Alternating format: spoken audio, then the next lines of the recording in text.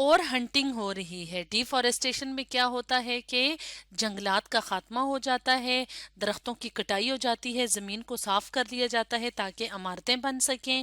اور ہنٹنگ میں کیا ہوتا ہے کہ ہم اپنے خوراک کے لیے اور جانوروں کی کھال وغیرہ لینے کے لیے ہنٹنگ کرتے ہیں، شکار کرتے ہیں، جیسے یہاں پہ پرندوں کا شکار ہو رہا ہے۔ تو اس وجہ سے کیا ہوتا ہے کہ جب کچھ خاص اینیملز اور برڈز کی ہنٹنگ ہوتی رہے، شکار ہوتا رہے، تو اس وجہ سے ان کی جو نسل ہے وہ ختم ہونے کا خدشہ ہوتا ہے، تو وہ انڈینجرڈ کہلاتے ہیں۔ اسی طرح یہاں پہ جب ہم جنگلات کا خاتمہ کرتے ہیں تو اینیملز بھی ساتھ ساتھ متاثر ہوتے ہیں، کیونکہ اب ان کا گھر نہیں رہا، تو اس وجہ سے ان کی آبادی کم ہوتی ہے، اور اس کے کم ہوتے ہوتے ان کی نسل کے ختم ہونے کا خطرہ ہوتا ہے۔ تو اس طرح سے ایکسٹنکشن کہ یہ کازز ہیں جس کی وجہ سے کچھ اینیملز اور جانور ماضی میں ختم ہو گئے ہیں، اور اگر اس طرح کی ایکٹیویٹیز جاری رہیں تو اینیملز کافی زیادہ ایسے ہیں جو کہ انڈینجرڈ ہیں، یعنی ان کے بھی ختم ہونے کا خطرہ ہے۔ اب ہم دیکھ لیتے ہیں کہ پاکستان میں کون کون سے اینیملز ہیں جو کہ انڈینجرڈ اینیملز ہیں۔ تو یہاں پہ ہم دیکھ رہے ہیں انڈس ریور ڈولفن۔ تو یہ کیا ہے؟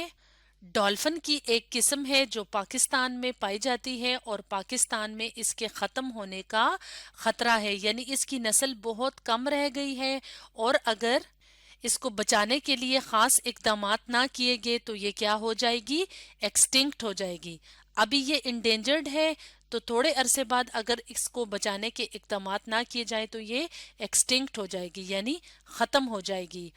یہ ہمیں نظر آ رہا ہے مارخور۔ مارخور ایک اور اینیمل ہے جو کہ اس طرح سے پہاڑوں پہ پایا جاتا ہے، تو یہ بھی کیا ہے؟ انڈینجرڈ اینیمل ہے پاکستان کا۔ اسی طرح سنو لیپرڈ یعنی برفانی چیتا، تو یہ بھی کیا ہے؟ پاکستان کا انڈینجرڈ اینیمل ہے۔ اس کے علاوہ سائبیرین کرین جو کہ ایک پرندہ ہے، تو پاکستان میں یہ بھی انڈینجرڈ ہے۔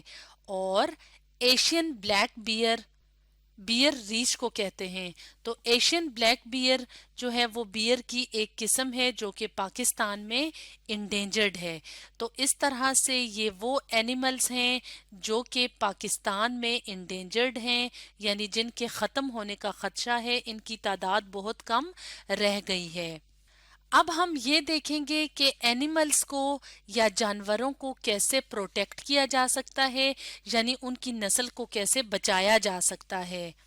تو وائلڈ لائف کی اگر بات کی جائے، یعنی جنگلی حیات، یعنی وہ جانور اور پرندے جو کہ جنگل میں یا وائلڈ ہیبیٹیٹ میں پائے جاتے ہیں، تو ان کو وائلڈ لائف کہا جاتا ہے۔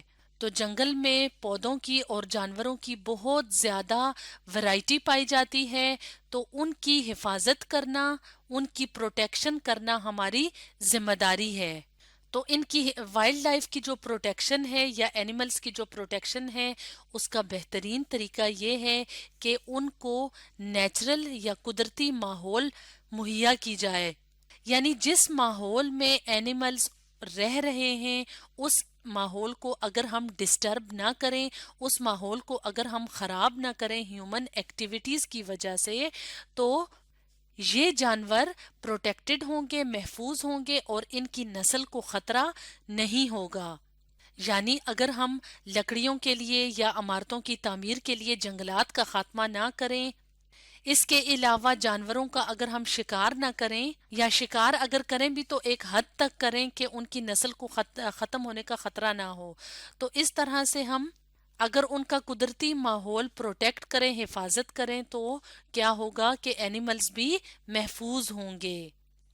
اس کے علاوہ اگر ہم زیادہ سے زیادہ درخت اگائیں، یعنی زیادہ سے زیادہ جنگلات اگائیں، تو کیا ہوگا کہ جو وائلڈ لائف ہے، جو جنگلی حیات ہے، وہ سیف رہے گی یا محفوظ رہے گی۔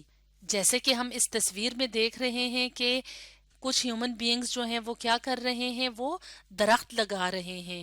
تو ہم اپنے ارد گرد کے ماحول میں جتنے درخت لگائیں گے تو اس سے کیا ہوگا کہ جانوروں کو رہنے کی جگہ مل جائے گی، تو اس طرح سے یہ جو جانور ہیں وہ فارسٹ یا جنگلات میں محفوظ طریقے سے رہ سکیں گے۔ تو اس طرح سے آج کی ویڈیو میں ہم نے دیکھا کہ پاکستان کے انڈینجرڈ اینیملز کون کون سے ہیں، اور ہم نے یہ بھی دیکھا کہ اینیملز کو کیسے پروٹیکٹ کیا جا سکتا ہے۔ تو آج ہم نے ڈسکس کیا endangered animals of Pakistan and ways to protect animals کے بارے میں۔